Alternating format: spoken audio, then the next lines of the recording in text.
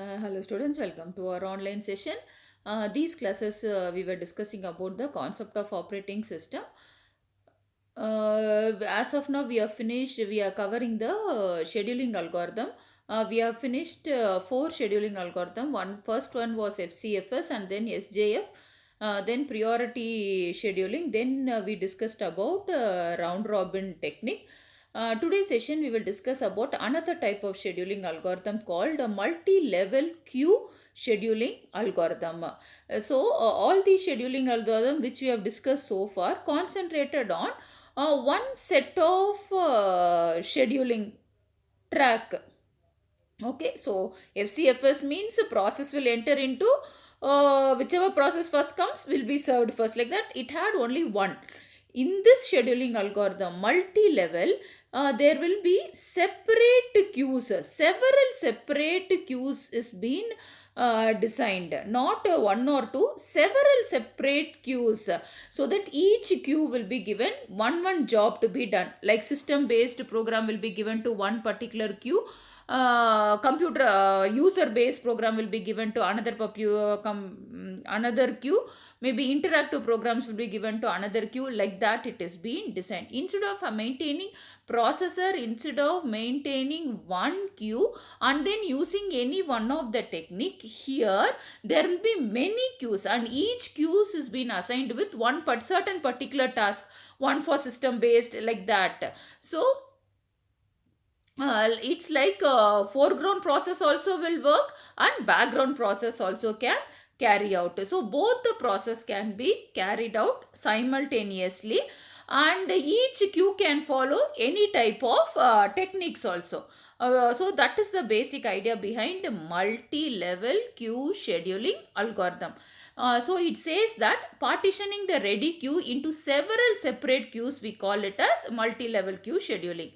The processes are permanently assigned to one queue. So based upon the each activity of process, it has been assigned to particular queue, generally based on some property of the process, like size, priority, and all, process type and all. Process is being assigned. Each queue has its own scheduling algorithm. As I told, multiple queues will be there. Each one can follow whichever scheduling algorithm. Maybe one queue will follow FCFS, another queue will follow SJF, like that. According to their requirement, they can follow any scheduling algorithm. So for example, you can these kind of scheduling algorithm is very comfortable when we want to use foreground process and also the background process. Foreground and background means when work has to be done in the front end also, and also simultaneously transaction has to take place in the back end also. In that case, we can use these kind of multi-level queue. So both the front end process also things will happen and the back end process content also will get updated simultaneously, and it is up according to the designed way. Each even foreground process can use one particular algorithm and the background process can use another particular scheduling algorithm. So in this way, this multi-level queue will be very helpful for running multiple jobs at same time. Okay.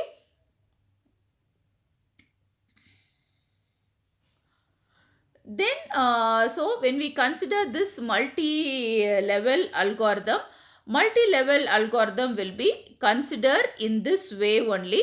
Multi-level algorithms is being designed with 5 queues. Okay, so it will be designed with 5 queues. Here I have taken the example of multi-level algorithm with 5 queues. So here 5 queues are assigned parallelly. Okay, one will take care of system process. So one. Second will take care of interactive process. Third will take care of interactive editing process. Fourth will take care of all the jobs related to batch, and fifth will take care of student process. Here when you take system process will have an higher priority. Student process, whatever work done in a user level, that comes under student process. that will take care of lower priority. So each queue will be simultaneously doing its work.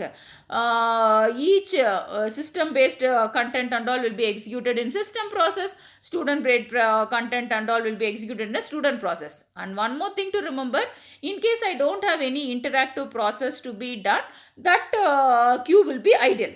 That's all. It's not that something has to be run. ಕೆಲಸ ಇದ್ದರೆ ಆ queue will be working. If work is not there, that queue will remain idle. In that way, work has been divided into multiple queues. Our CPU process will be divided into multiple queues, and then algorithm is scheduled in this multi-level scheduling algorithm. So for the above example, when we say system process, operating system, whatever required for the system based execution, those kind of work will be done under system process. Interactive process means more of online transactions will be taken care under interactive process. Batch process, batch based job like salary calculation, where we can't do at instantly. Batch by batch, whenever I need to do any work, that will be taken care under batch processing. And then student processing, whichever work needed to be done by the end user, that will be done in the student process. And remember, system process will be have a higher priority and student process will have a lower priority. But one thing in this is, if system process queue, only system process work will be taken care. We won't switch over the work. For example, there are 5 queues. System process queue is free. No other work is there. I cannot allocate any work belonging to any other process to system process.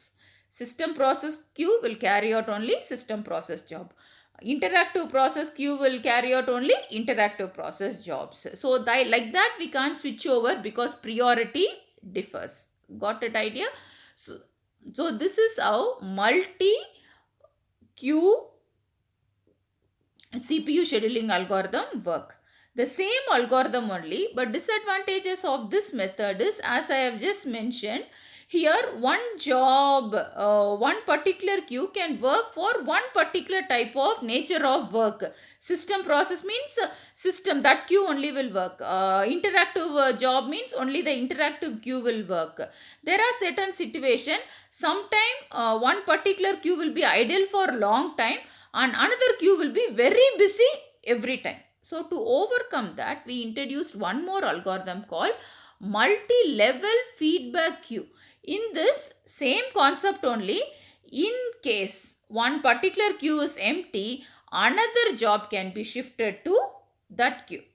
That is the only advantages of multi-level feedback queue. Multi-level feedback queues allows the process to move between queues, but the previous algorithm won't allow the process to move, but here it allow the process to move. That is the main difference between the previous model and this model. The idea is to separate the process with different CPU burst characteristics. Okay, if a process uses too much of CPU time, what happened? The same logic only, we will divide the job into various category: higher priority, lower priority, system job will be there, interactive job will be there, everything will be there. In case one particular queue is very busy with any other work and long wait queue has come, it can shift its work to some other queue in case of multi-level feedback scheduler. That's the reason multi-level feedback scheduler is defined by the following parameters. One is number of queues and scheduling algorithm for each queue. And one more thing, each queue will follow their own its own scheduling algorithm. The method used to determine when to upgrade a process to higher priority. Since one queue and another queue we are keep shifting, upgradation of priority also has to take place. Even that is also determined. And method to determine when to demote a process to a lower priority. And also we need a method to when to bring the priority down. That also is taken care. And method to determine when the process will enter when what the process needed. So all these characteristics has to be taken care under multi-level feedback queue.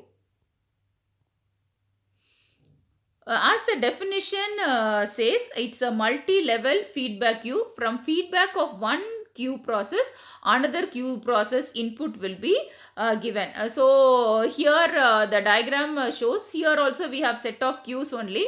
See, three queues are there. First queue is using round robin technique where quantum time is taken as 8. Second is taking also round robin algorithm only, but here the quantum time is set to 16. Third one is using FCFS queue. So each queue is having different algorithm.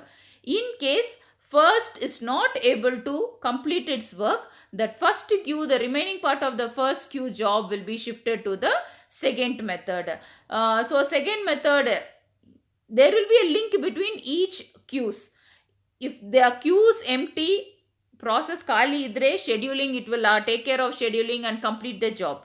In case one queue is very busy and another queues are little empty, free in their work, means the content will be shifted to another queue. So this is how the multi-level feedback queue works.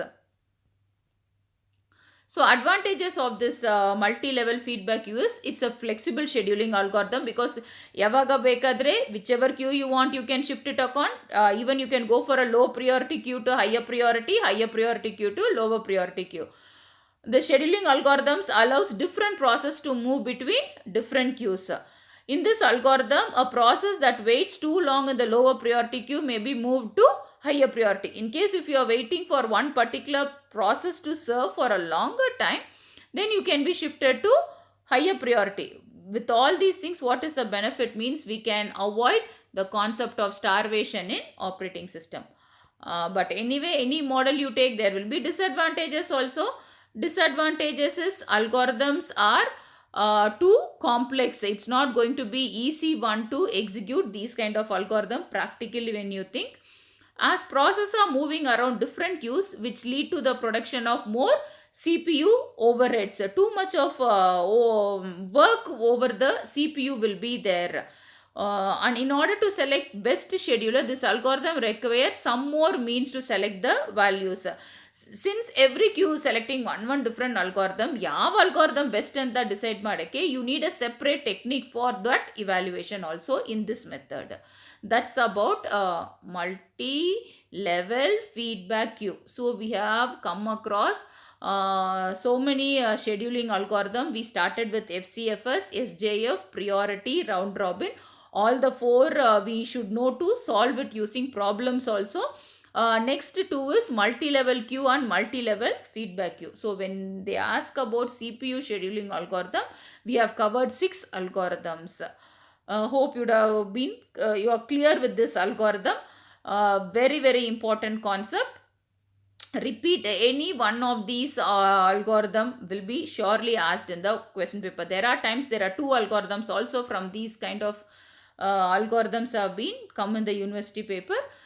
So do go through these concept. Okay, then next we will move on to a concept called multi-processor scheduling. See, whatever we have done, CPU, all the CPU scheduling processes, CPU is one, processor is one. ಒಂದು CPUಗೆ ಎಷ್ಟು ಯಾವ ಥರ schedule ಮಾಡ್ಬೋದಂತ all these time we were discussing. Now what we are going to discuss is, now we have multiple process, many processes there. What are the approaches we can use and schedule in that situation? How to schedule the CPU work? Multi-processor scheduling. Process is not going to be one. Till before what we have discussed is, for one processor how to schedule. Okay, processor ಒಂದು various process ಇತ್ತು, how to schedule we discussed.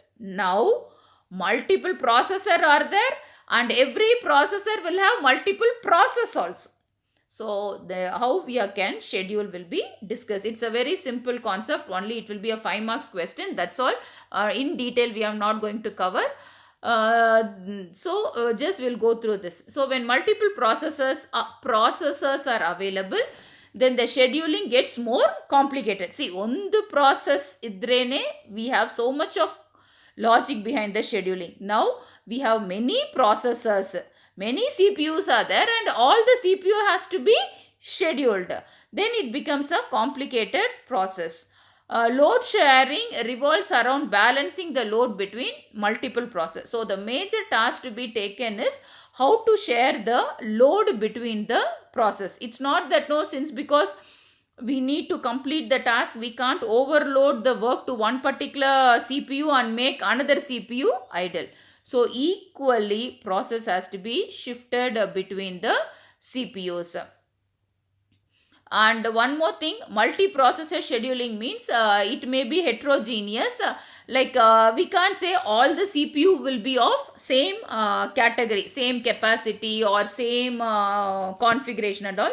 Every processor will have a different configuration. We should take care of that concept also. So when we need to think about this multi-process scheduling, certain aspects we can consider to design this multi-processor scheduling. Under that, the first thing we can is approaches to multi-process scheduling. So to design a multi-process scheduling, what are the types of approaches we can have is one thing, asymmetric multiprocessing.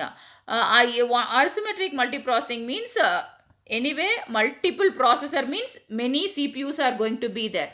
In that situation, one CPU should be taken as a master CPU and all other CPU should be taken as a client. So whatever we do, we need to control over, with the help of the master CPU, we need to control the other processor. Adu on the technique. Okay, like a server machine and the client machine. One machine will act as a server machine and all other will act as a client machine. So whatever you do in any client machine will be monitored with the help of server machine.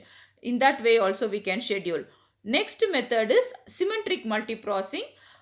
Each process has to do its own job and every processor has its own responsibility. Symmetric multiprocessing means every processor will have its own responsibility and they have to schedule their own jobs and complete the task.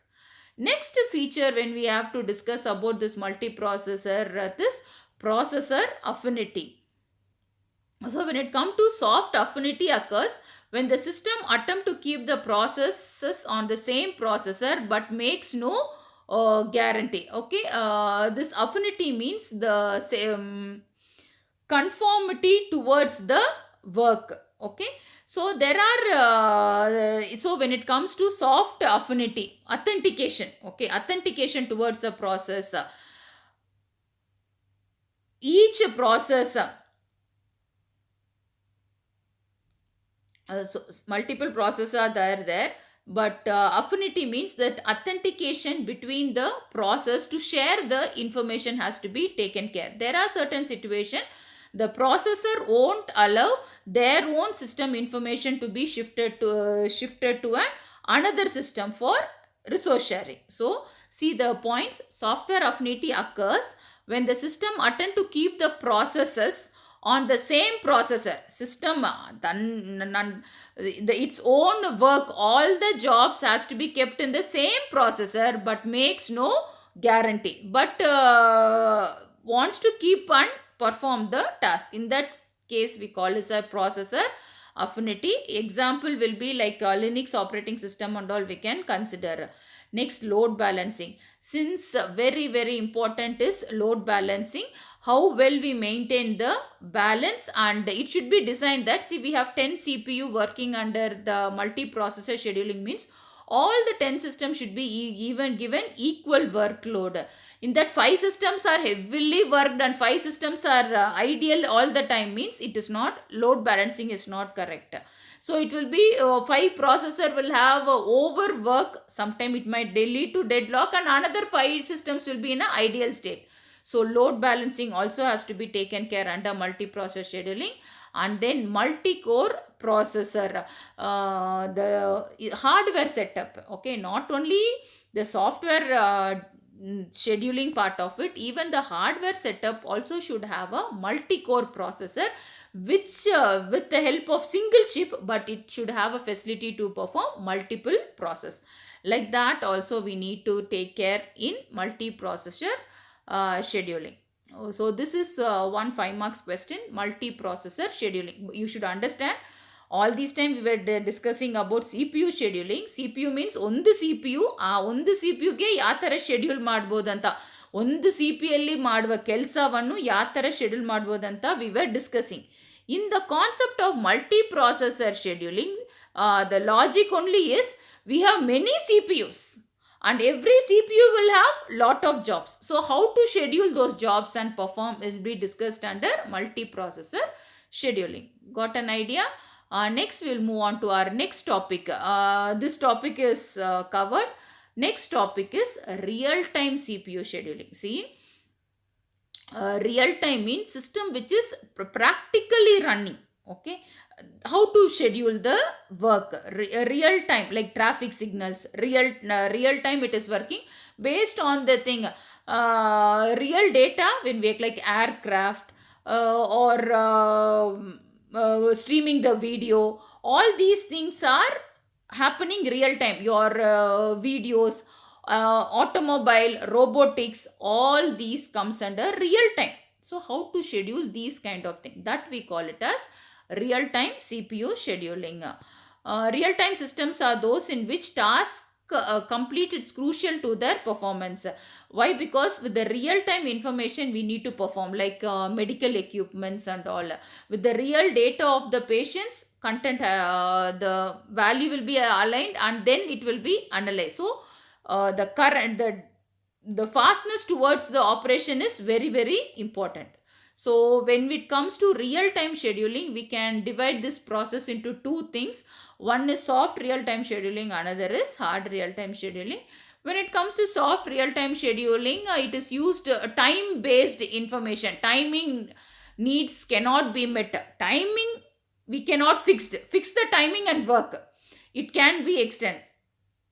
Then when we work, that we call it as soft real-time system. Real-time system but timing fix madangilla, athara any work we are doing, that we call it as soft real-time system. Example will be video streaming. Sometimes we stream a video which can be only for 5 minutes. There are times when we stream, when you edit and stream a video, it will go for 1 hour, 2 hour also. So nowadays in YouTube shorts has come, no, it will be 1 minute only. But when I say movie upload, when I want to stream the movie, it will be for 2.5 hours. So time is not fixed. In that case, any system you want to schedule, that we call it as soft real time.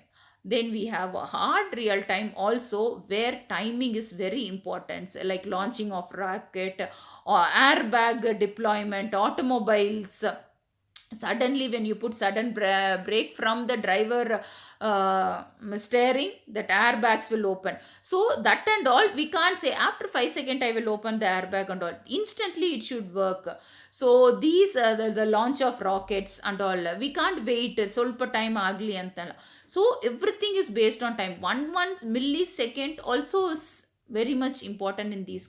So these kind of situation we can go for hard real time system during using CPU scheduling. Okay, so when we work with this real-time scheduling, here also we need to consider a few aspects of it. In that, first aspect is event latency. So event latency means the time taken between the occurrence of the event and the system response to the event.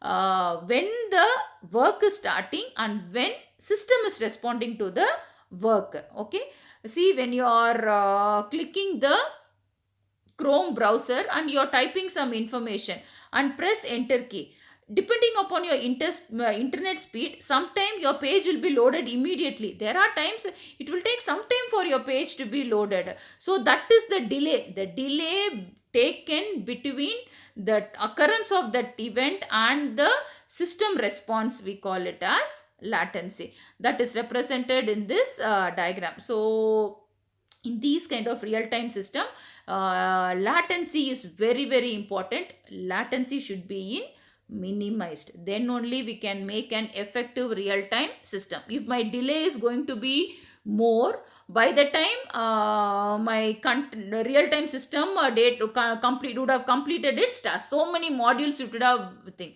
Take a video streaming only. if there is a little delay in your audio and video, what happens? Video will be running, but voice won't match with the video. So important it is. So the time starting and the responding should be in a minimized level when we are designing this kind of real time system. Next thing to be taken care is interrupt service routine, ISR.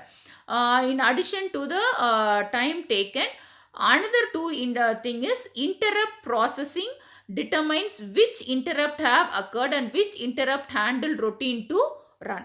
So this kind of real time system, when we do, we need to avoid any kind of interrupts. Okay, in case interrupt occurs, so how to handle those interrupts has to be taken care. So first is minimum in latency, next is handling this interrupt service routine. In even highest priority has to be given for ISR, interrupt service routine. In case interrupt occurs, the next is content switching, switching of the state from the busy state to that means a busy state to ideal state. So how fast you switch the content and work towards this is important. So in real time system, when we are working, internet interrupt should not happen. In case interrupt happens, how well you will identify the interrupt and switch over the content between the task also has to be taken care.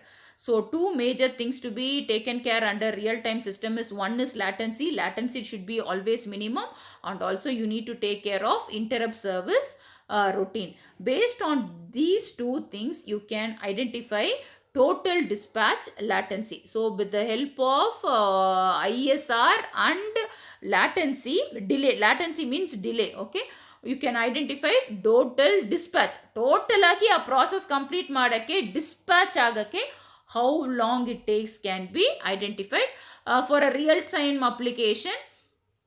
So this can be done in two ways. One is removing the current running process from the CPU and freeing up any resources that are needed by the interrupt. So to make the process to run smoothly, what you have to do, wherever resources are used, that should be removed and given to the real time system.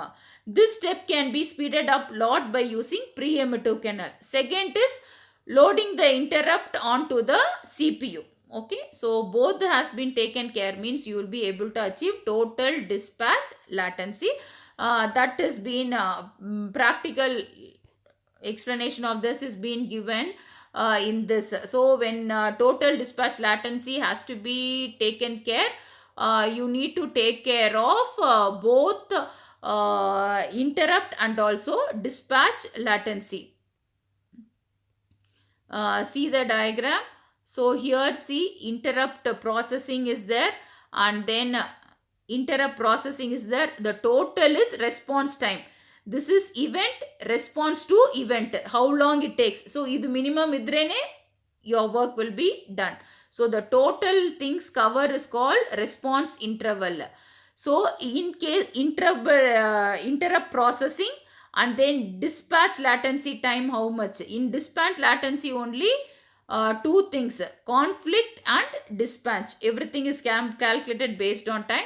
And last is real time process execution, how fast that final stage is being executed is taken care.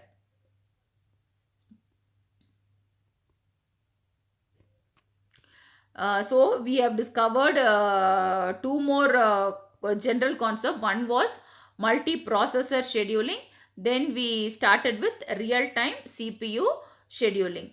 The last topic under this unit will be algorithm evaluation. So we have seen when it comes to operating system, process management is quite important. Whatever you do in computer, we call it as process. So ಒಂದೇ time ಒಂದು C P U ತಗೊಂಡ್ರೇನು, same ಟೈಮಲ್ಲಿ C P U has to do multiple jobs. ಆ multiple ಜಾಬ್ಸನ್ನು ಎಫಿಷಿಯೆಂಟಾಗಿ we have to do means what we need to do, we have to have a proper scheduling algorithms. So in operating system we have various scheduling algorithms, correct? ಒಂದು ಎರಡಲ್ಲ, as of now we have only discussed 6 scheduling algorithms. So how to decide which scheduling algorithm is suitable for which operating system? Okay, that is very very important. We can't say every time I can go for FCFS, because there are certain time FCFS also has lot of disadvantages. It's not that we can't say then round robin is the bet. Round robin also has disadvantages. So selecting a suitable algorithm also is a efficient thing. So according to the process we are working on, according to the environment we are working, we need to select the algorithm. But one thing to be remember is all these selection is taken care by the operating system. We don't do, we just need to understand the concept behind it. So for a good CPU scheduling, two things has to be taken care. We should have a maximum CPU utilization that is given in point A, and maximum throughput. So we calculate throughput, no? So we have waiting time, response time, turnaround time, throughput and all. But when we say this algorithm is best suitable for this particular process, how it is identified means, if that particular algorithm can produce maximum CPU utilization and maximum throughput, in that case we can say that is going to be a best algorithm. So to identify how each algorithm is the best, which algorithm is the best for particular process to execute and all, there are various ways. There are four ways are there. We will discuss one by one. First is deterministic model. Here,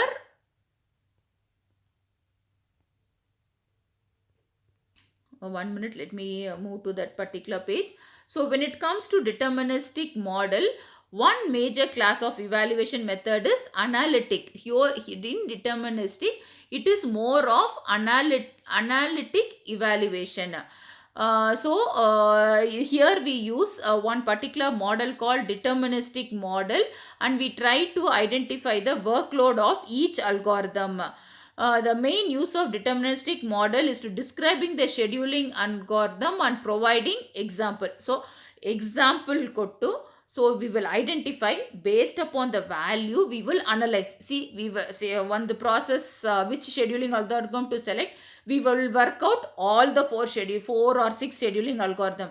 We would have got a throughput and we would have got waiting time and all. With all the values we receive, we analyze. Analytical evaluation is taken care under deterministic model. So whichever method producing higher throughput and higher CPU utilization, that model will be taken as the best model. So that first way of identifying your CPU scheduling's capacity can be done using deterministic model.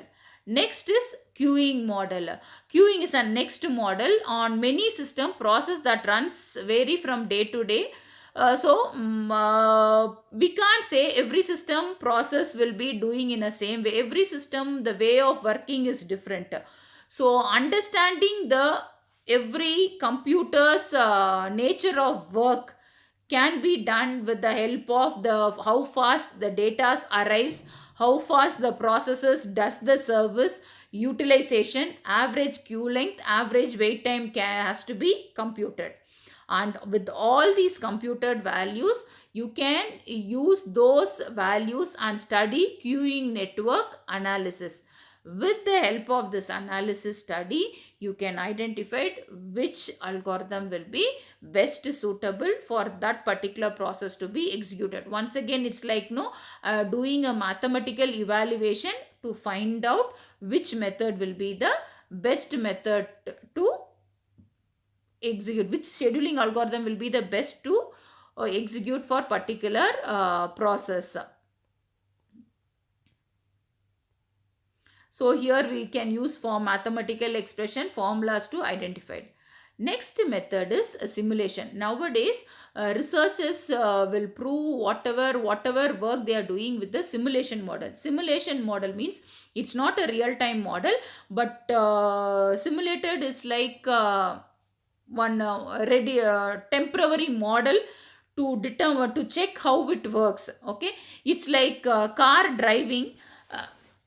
Nobody car driving, it's not you're driving in the real car, whether we know to drive the real car or not, but when it comes to car game, there also we will drive. So the driving car game, that is simulated. Real time what you are driving is totally different, but what you are driving with the simulated model means one virtual model. Virtual model, we can call it a simulated model for research purpose and all. See, when I want to do research, I can't exactly go there and particularly deploy something and do research. It is very, very expensive. So what we will do, we will design a simulated model and then try implementing in that and check whether it is working or not.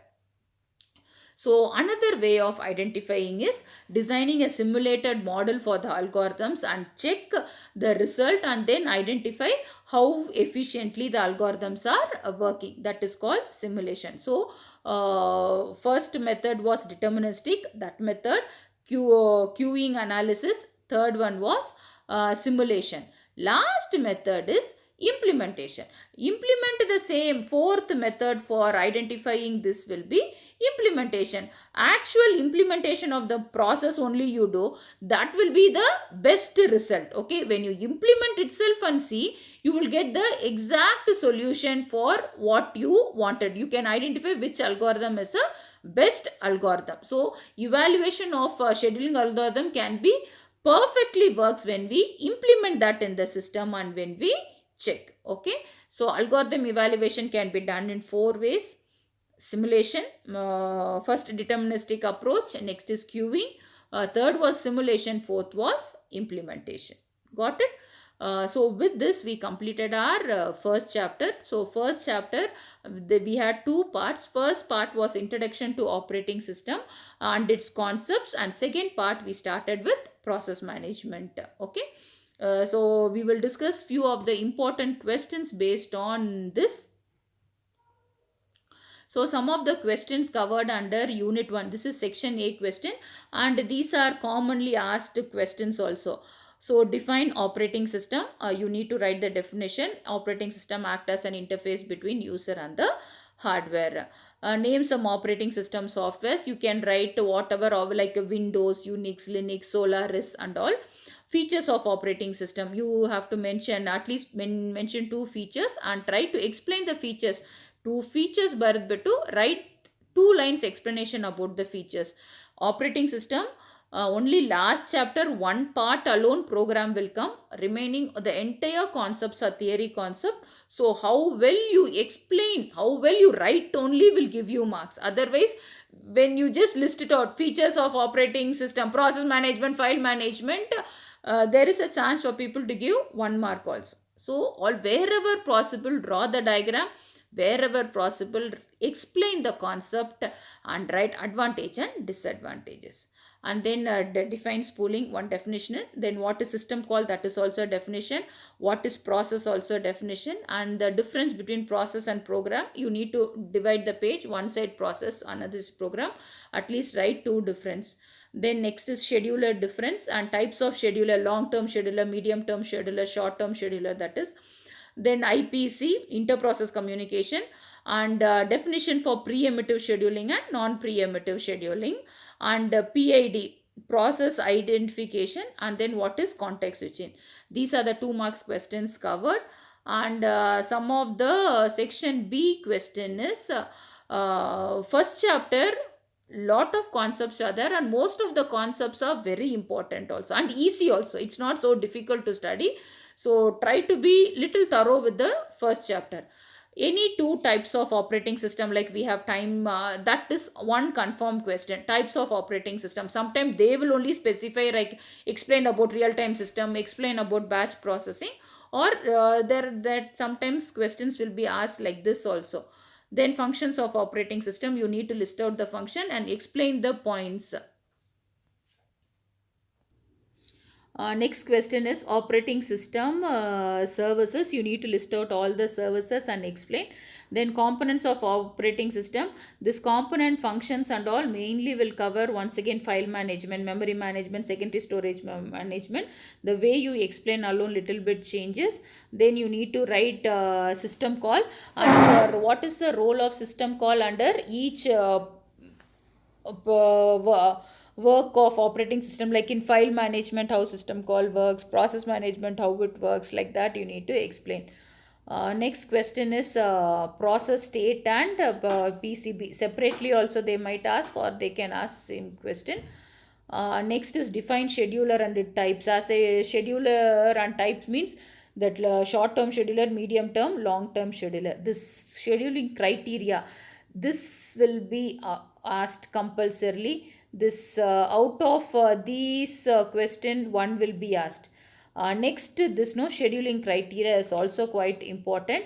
And next important compulsorily from these questions, four, there are two ways of asking. First way, they will only tell explain FCFS, SJF, priority round, any one they might ask you to write. When they ask you like this, you need to explain the features of FCFS. You should only draw one process and burst time, draw a table with the process and burst time, draw the Gantt chart, calculate it, write the advantage and disadvantages.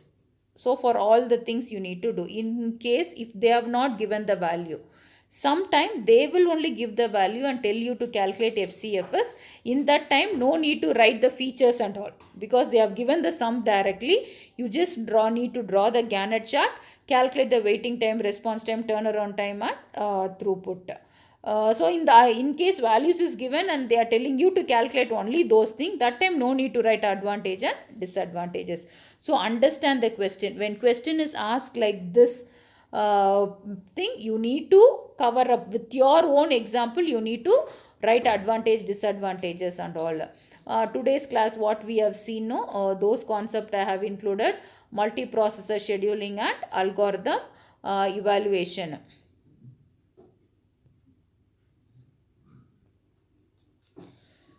So we have discussed a few of the questions. We will let. I thought I'll just show you some university question paper also for your reference, so that you will have an idea which are the questions will be asked from first chapter.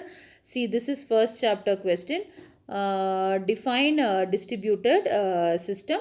Then write any two functions. So you need to write the definition. 1 marks will be given, and then you need to write functions of distributed system. Second one is not the thing. Third one is also once again the first question: define throughput and seek time. That scheduling criteria will be there, no, criteria for scheduling. In that it will be given. So two questions is asked in this paper from this chapter. Next, see here I was telling, no, from types of operating system compulsorily one question will be asked. So what is batch operating system and the components of operating system? See, this is totally different question, and this is totally a different questions. 3 marks will be given. And here one context switching notes will be given, how a CPU will switch between one state to another state. We call it as context switching. Okay, about that you need to write. 4 marks will be given. This is also first chapter only.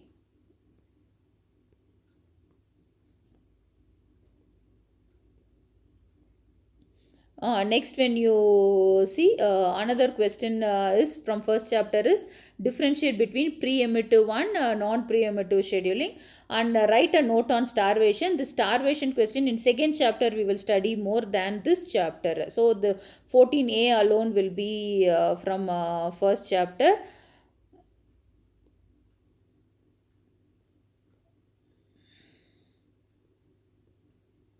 Then May 2017 when we take from first chapter, see list any two components of operating system. This two is also from these two questions from first chapter. State any two functions of memory management also first chapter. Also you can write, even you can write from third chapter.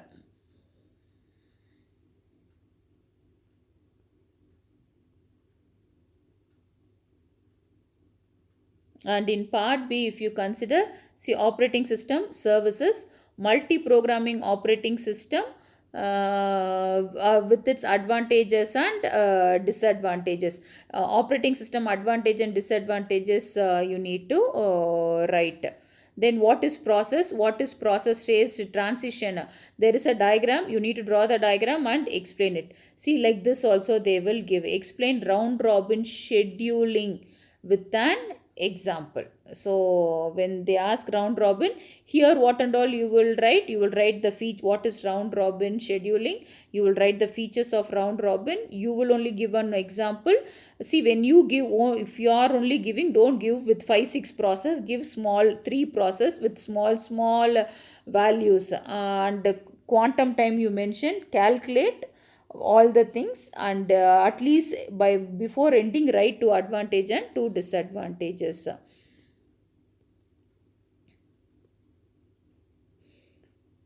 That's about this. And in 2018 when we see this spooling is first chapter.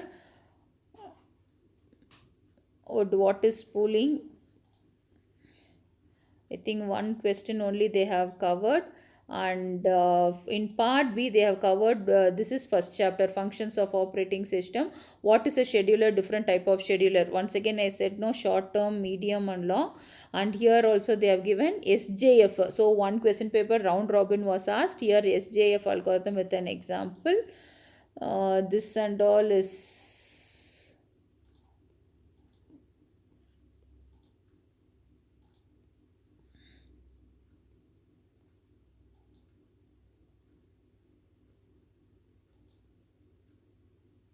We were discussing 2018 question paper. So that for one, first chapter 3 questions is asked, 15 marks is taken from this. And this is not, these are all not belong to this. And 2019 question paper, if you look into it, see, this is from Bangalore North University question paper. So what is OS?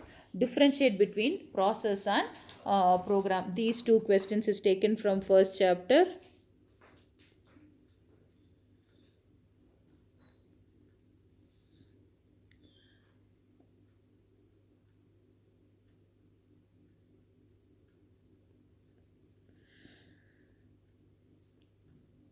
Then in part B is concerned, they have asked two types of, this time they have asked multi-program system and time sharing system. Both they have asked, you need to write the points and then write advantage and disadvantages. This is also first chapter, components of operating system. Then what is CPU scheduling? Criteria. In criteria only this throughput, seek time, response time, waiting time, definition will come. That is called scheduling criteria. This is also quite important. This is the one I was telling. Sometime they will give the chart like this. See how they have given. Consider the following as and go through this 14b. Consider the following set of process. They have given the process, arrival time, and CPU burst time.